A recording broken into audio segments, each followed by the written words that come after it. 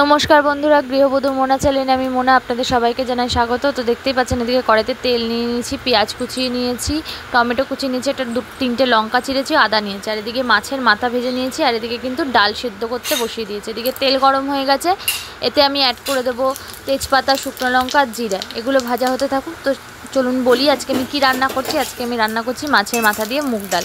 তো আপনাদের সাথেও ভাবলাম যে শেয়ার করি। তো তেলটা দেখুন আমার ফোড়নগুলো কিন্তু সব ভাজা হয়ে গেছে। এবারে আমি এতে দিয়ে দিলাম পেঁয়াজ কুচি, লঙ্কা কুচি। এবার ওগুলো ভালো করে ভাজা হয়ে গেলে তারপরে আমি এতে অ্যাড করলাম টমেটো কুচি। টমেটোটা সেদ্ধ হতে থাকুক। সেদ্ধ হতে হতে আমি এদিকে চলে আসবো ডালটার কি পরিস্থিতি সেটা দেখার জন্য। তো আপনারা যেখান থেকে ভিডিও দেখেন আমার, তো আমাকে প্লিজ কমেন্ট করে জানাবেন নেক্সট কি রেসিপি আমি দেব। তো এবার দেখুন আমি এতে অ্যাড করে দিলাম আদা বাটা। আমি অল্প পরিমাণে আদা দিয়েছি। আদাটা খুব বেশি কষতে বেশি সময় লাগে না, খুব বেশি কষালে তেতো হয়ে যায়। তো এদিকে ডালটাও আমার কিন্তু প্রায় হয়ে গেছে। দেখুন ডালটা খুব সুন্দর সেদ্ধ হয়ে গেছে। আর এদিকে মশলাটাও আমার কষে গেছে। এবার আমি এতে অ্যাড করে দেবো ভেজে রাখা মাথাটা। তো আপনাদের যদি আমার ভিডিও ভালো লেগে থাকে তাহলে আমার চ্যানেলটিকে সাবস্ক্রাইব করবেন, আমার ভিডিওতে একটা লাইক ও শেয়ার করে দেবেন।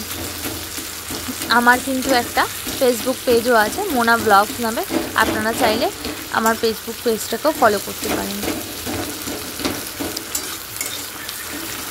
তো এদিকে দেখুন মাছের মাথাটাকে কিন্তু আমি মশলার সাথে মিশিয়ে একদম গুঁড়ো গুঁড়ো করে ভেঙে দেওয়ার চেষ্টা করছি যতদূর পাচ্ছি।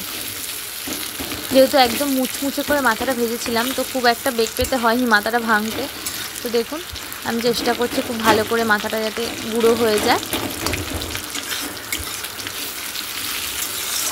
তো এইবার আমি চলে আসলাম এদিকে গরম জল করে নিয়ে ডালের মধ্যে অ্যাড করে দিয়েছি। তো ডালটা আমি একটু ঘেটেও নিয়েছি। এবার আমি এতে অ্যাড করব পরিমাণ মতো নুন, তারপরে এতে অ্যাড করব পরিমাণ মতো হলুদ।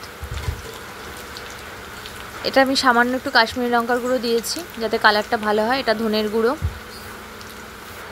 জিরে গুঁড়ো সব দিয়ে এবার আমি মশলাটাকে ভালো করে কষিয়ে নেব। তারপরে আমি এতে অ্যাড করে দেব সেই সেদ্ধ যে ডালটার মধ্যে আমি জল দিয়ে রেখেছিলাম, উষ্ণ গরম জল, সেই ডালটা। তো এবার এই ডালটা ফুটতে থাকুক।